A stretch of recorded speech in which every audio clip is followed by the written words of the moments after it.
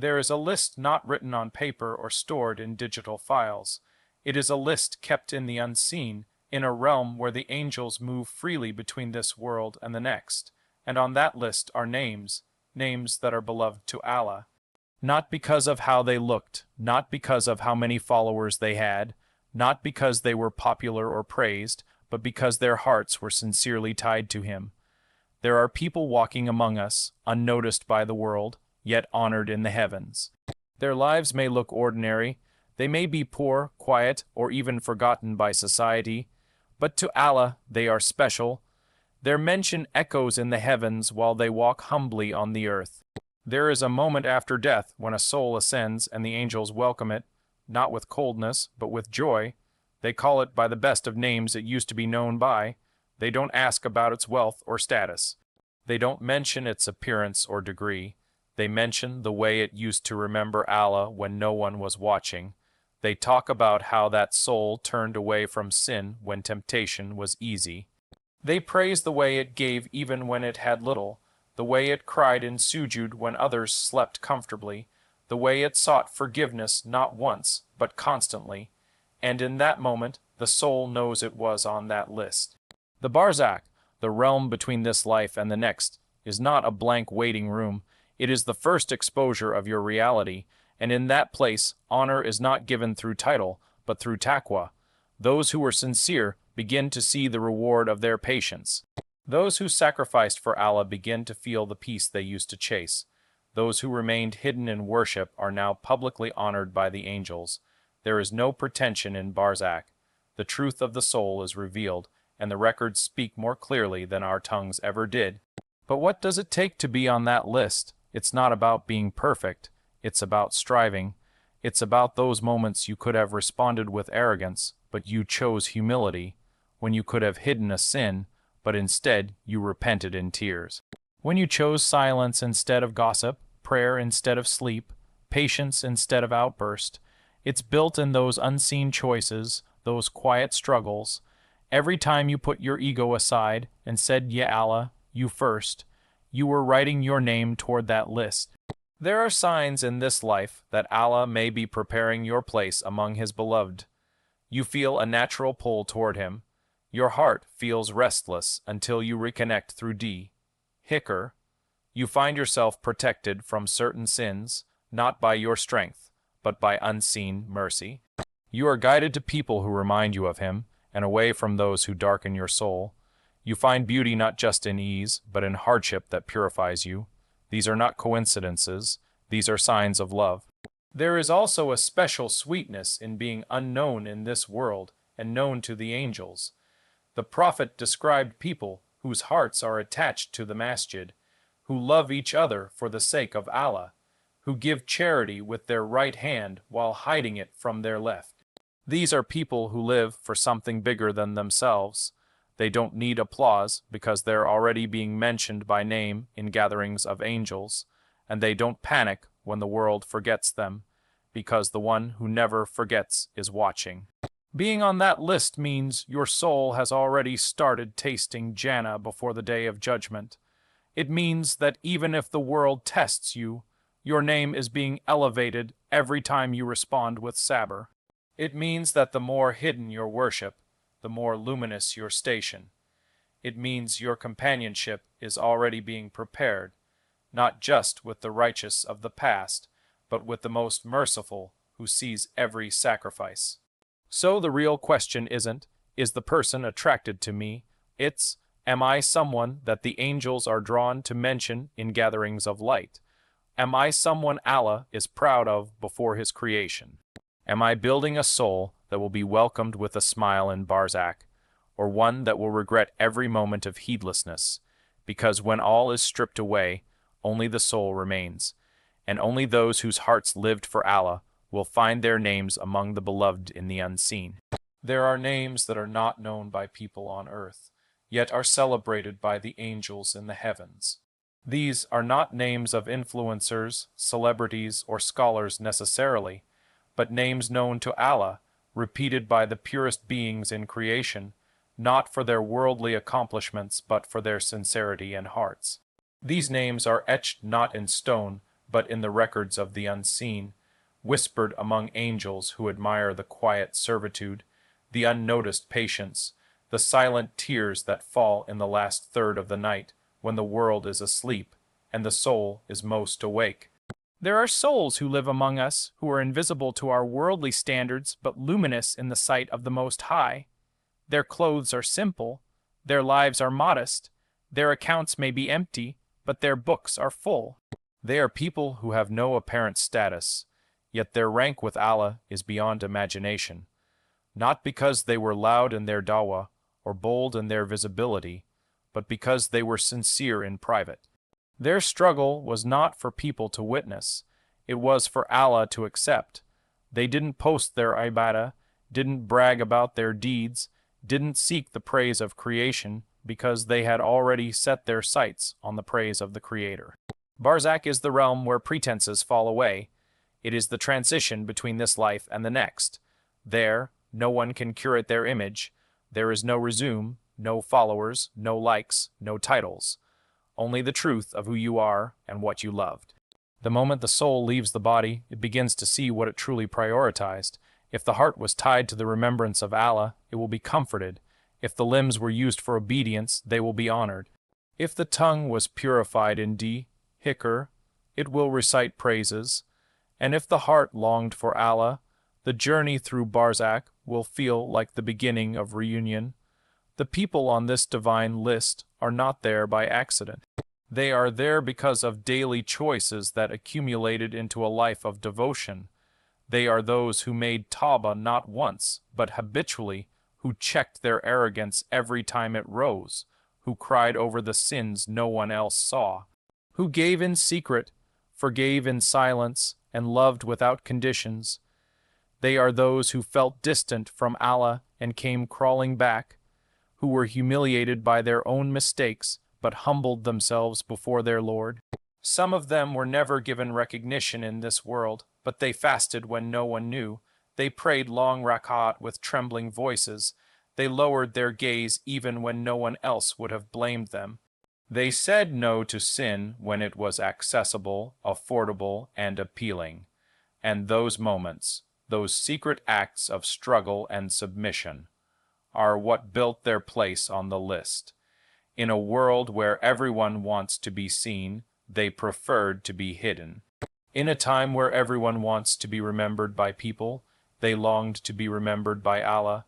When that soul ascends after death, the angels come with a fragrant welcome. They don't come with fear.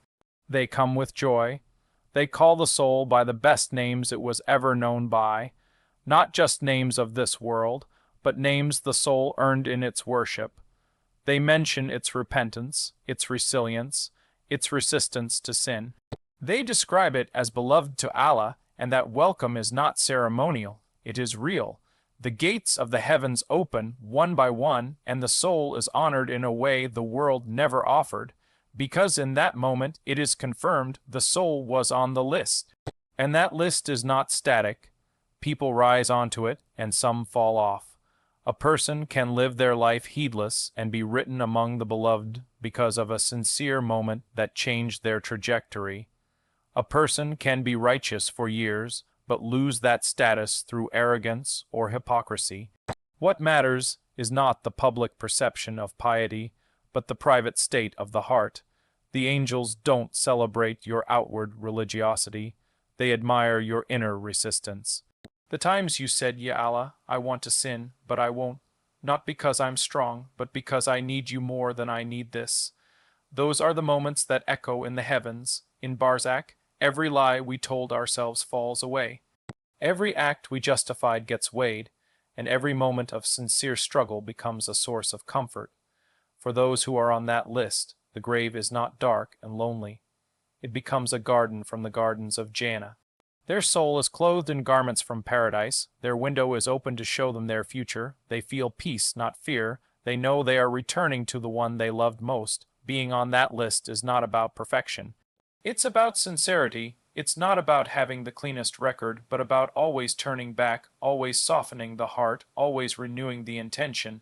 It's not about impressing others.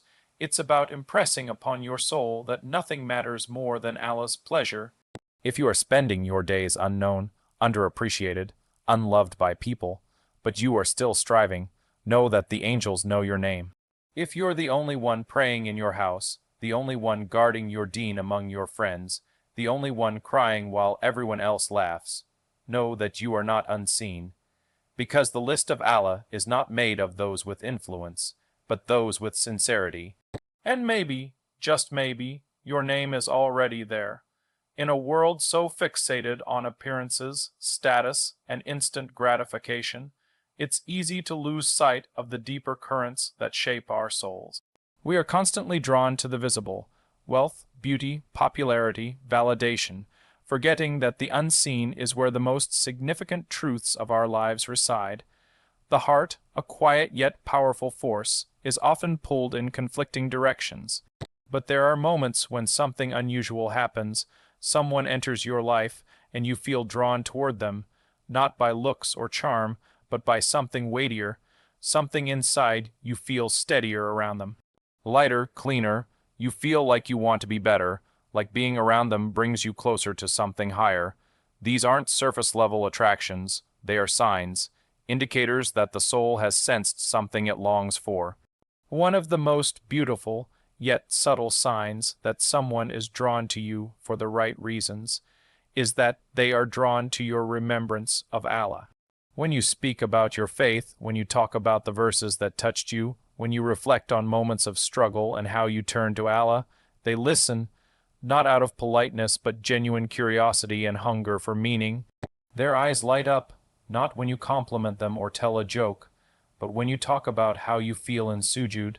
That's not ordinary, that's sacred. Most people today are attracted to distractions.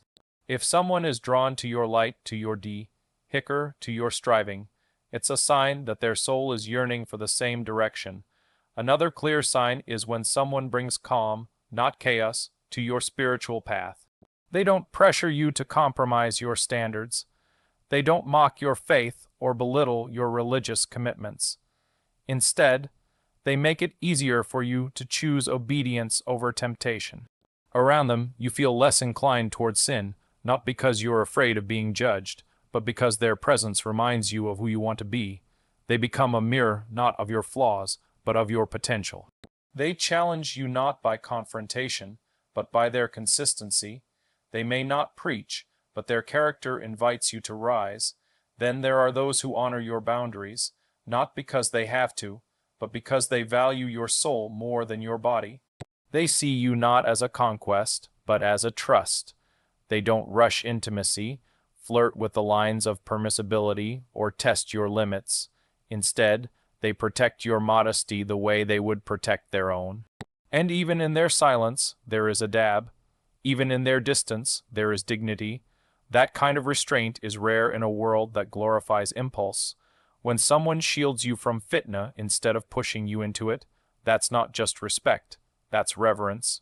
And finally, there's the rarest sign of all, someone who makes dua for you without telling you, someone who sees your struggle and turns to Allah for your ease, who notices your sadness and asks Allah to heal you, who admires your faith and prays that you never lose it. This kind of love is invisible, but powerful. It's the kind of love that travels beyond time and space, straight to the throne of Allah. To be loved in that way is one of the greatest gifts, and to love someone like that is one of the purest acts of devotion. Attraction is not inherently wrong, but what matters is what the soul is attracted to. If it is drawn to your voice, but not your values, to your appearance, but not your adab, to your confidence, but not your character, then it's not real love. It's a fleeting attachment. But if someone is drawn to your remembrance, your sincerity, your struggle to stay close to Allah, then that attraction is a sign that something sacred is at work. It's not lust disguised as love. It's light recognizing light. We are constantly told to look for someone who matches our lifestyle, our taste, our goals, but rarely are we told to look for someone who matches our yearning for Allah, who shares our hunger for meaning, who isn't perfect, but who makes you want to keep purifying your own heart just by how they carry themselves. The best relationships are not those that are flashy and loud, but those built quietly with intention, prayer, and patience.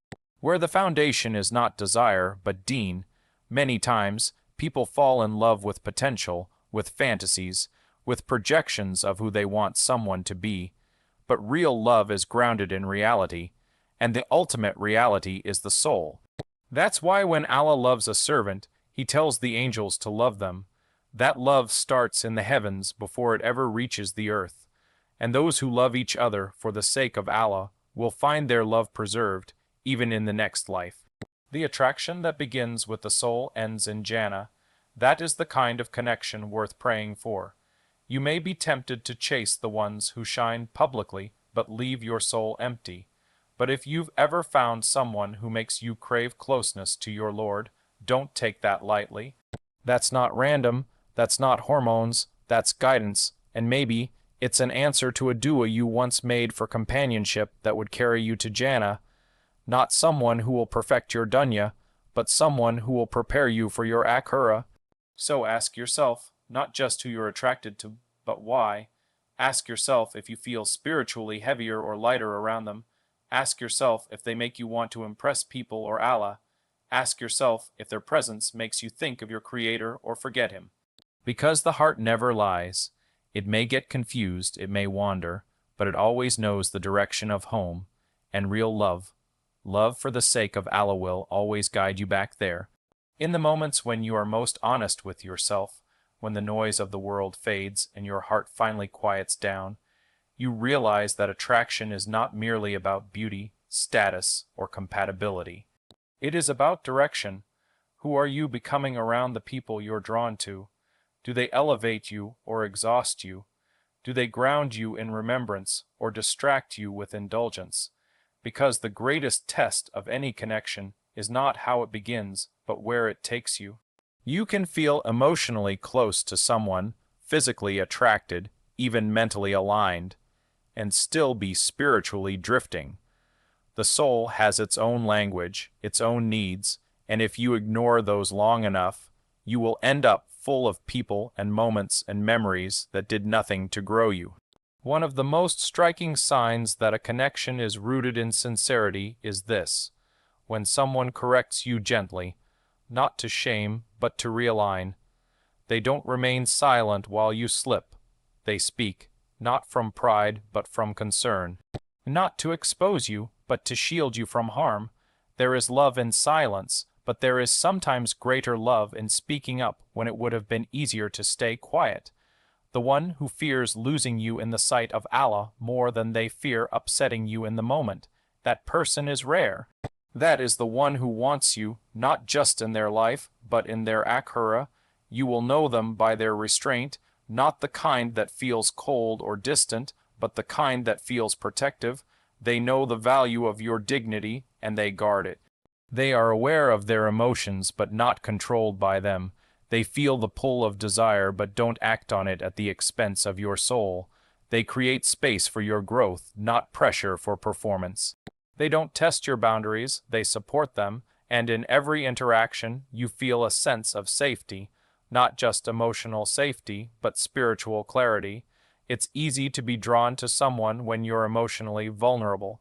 We mistake emotional intensity for connection, chaos for passion, and pain for depth. But the one who truly sees you won't just validate your feelings, they will guide you toward healing. They won't weaponize your past or romanticize your trauma. Instead, they'll make room for your healing while reminding you who you are in the eyes of your Creator. They will not allow you to shrink for them, nor will they let you forget your standards just to keep them. Sometimes the most beautiful sign of sincere attraction is found in what is absent. There's no manipulation, no testing your loyalty by putting you in compromising situations, no drawing you close and then pulling away to play with your emotions, no joking about harem as if it's trivial. Their presence doesn't confuse you, it clarifies. You feel seen but not exposed, desired but not used, appreciated but never worshipped, and that balance is rare in a world that glorifies selfishness in the name of self-love. There is something deeply spiritual about someone who reminds you to pray when you're forgetful, who asks how your heart is, not to entertain gossip, but to help you realign, who isn't afraid to say, "Let's ask Allah together," or "Have you made istikhara?" These phrases may seem simple, but they are signs of a heart that doesn't just want you. It wants good for you. That is love in its highest form. Love that's not possessive, but freeing. Love that sees your success not as competition, but as a duo fulfilled. There's a certain kind of person who makes you more mindful of your habits, not because they nag, but because their character is a mirror. Around them, you become more careful with your words. You want to be truthful. You think twice before complaining. You lower your gaze more naturally. You listen more. You feel ashamed to sin, not because you fear being judged, but because you don't want to disappoint the one who sees something higher in you. This silent accountability is one of the greatest gifts a companion can offer. And let's not forget the power of mutual intention. When both people are transparent about their goals, not just for the relationship, but for their akhir, the entire dynamic shifts. There is no pretending, no misleading, no vague half-promises or dragging things out. There is honesty even when it's difficult. There is clarity even in waiting. And there is respect even if things don't work out. That is the fruit of God, consciousness in relationships. It does not guarantee outcomes, but it purifies intentions. It transforms heartbreak into growth and confusion into clarity. Sometimes, Allah places a person in your path, not to be your spouse, but to awaken your soul. Their presence reminds you that you've been settling, that you've been distant from your Lord, that your heart has been hungry for the wrong things, and when they leave it hurts, but it also redirects. And if you've learned to seek the one who never leaves, then they were a mercy, not a loss. So many hearts are aching because they've been filled with the wrong love, the wrong attention, the wrong validation. But if you find someone whose presence calls you back to prayer, whose silence is more peaceful than the noise of 1,000 voices, whose respect for you doesn't change based on what you can offer them, hold that connection carefully. It may not be loud, it may not be flashy, but that kind of companionship echoes in the heavens.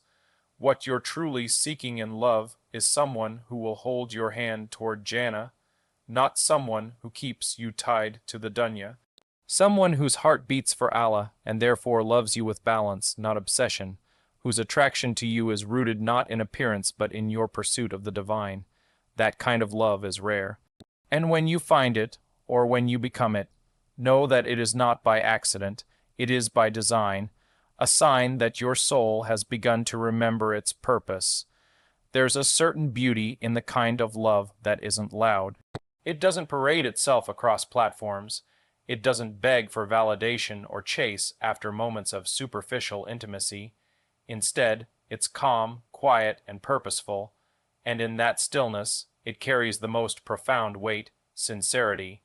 You see, when someone is truly attracted to you for the sake of Allah, their love is not possessive, it's protective. It's not about having you, it's about honoring you. It's not about being seen with you, it's about seeing you clearly, for who you are and for who you're becoming. They don't just love your beauty, your charisma, or your intellect. They love your taqwa, your efforts, your tears in the last third of the night, your struggle to stay pure in a world that constantly calls you to compromise. This kind of love doesn't rush. It waits. It waits because it understands that what is sacred cannot be hurried. It waits because it values intention over impulse. It waits because it knows that if the end goal is Jannah, then the path must be paved with sincerity. The one who loves you for Allah isn't here to indulge you, flatter you, or distract you. They're here to help you see yourself in the mirror of divine purpose, and that reflection often shows you things you've tried to hide. Your flaws, your inconsistencies, your pain, but instead of using those things against you, they use them to make dua for you. Their attraction turns into a commitment, not to a future filled with ease, but to a present filled with growth. In this age of instant everything, instant messaging, instant gratification, instant connections, true love has become misunderstood. We confuse chemistry with connection, attention with affection, and temptation with sincerity. But the person whose heart is truly anchored in Allah doesn't play with your feelings. They don't test your limits. They don't spark desire only to step back and leave you drowning in confusion. They lead with mercy. They speak with clarity. They lower their gaze and elevate your worth.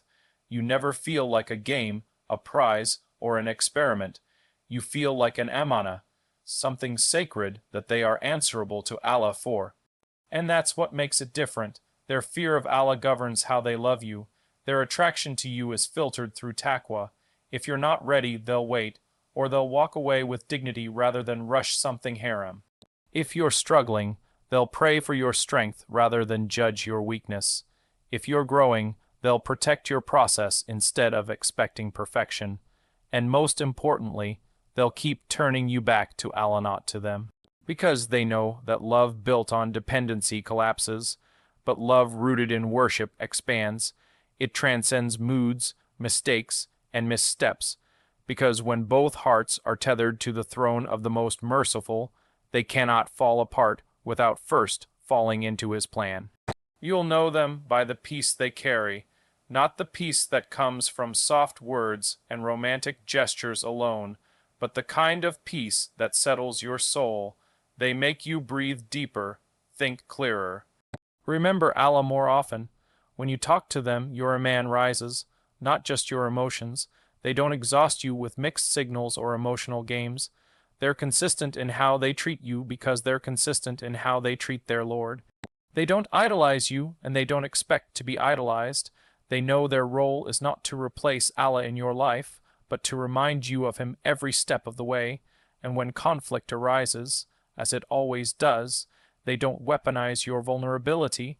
They don't disappear. They don't turn cold or cruel. They remember that emotional safety is not just a modern term, it's a prophetic trait.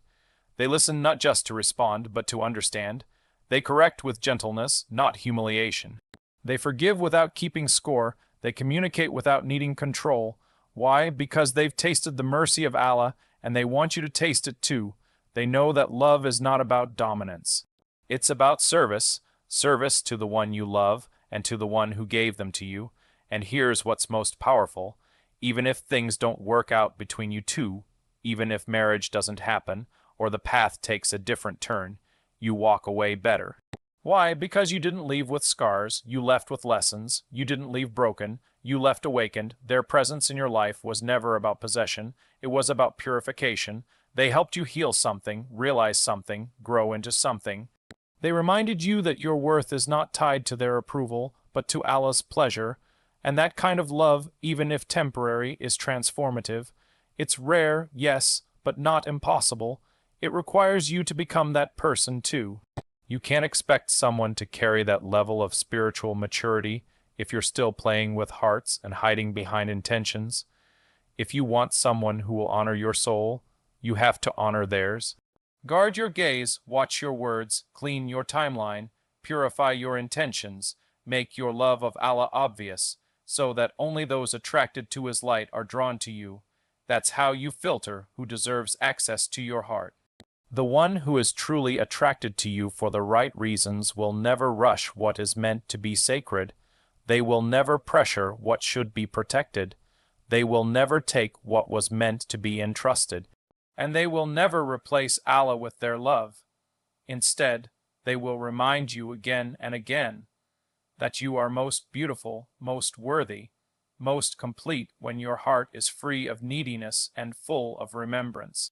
And when two people love each other like that, not to fill a void, but to walk each other toward Jannah, that is not just love, that is legacy.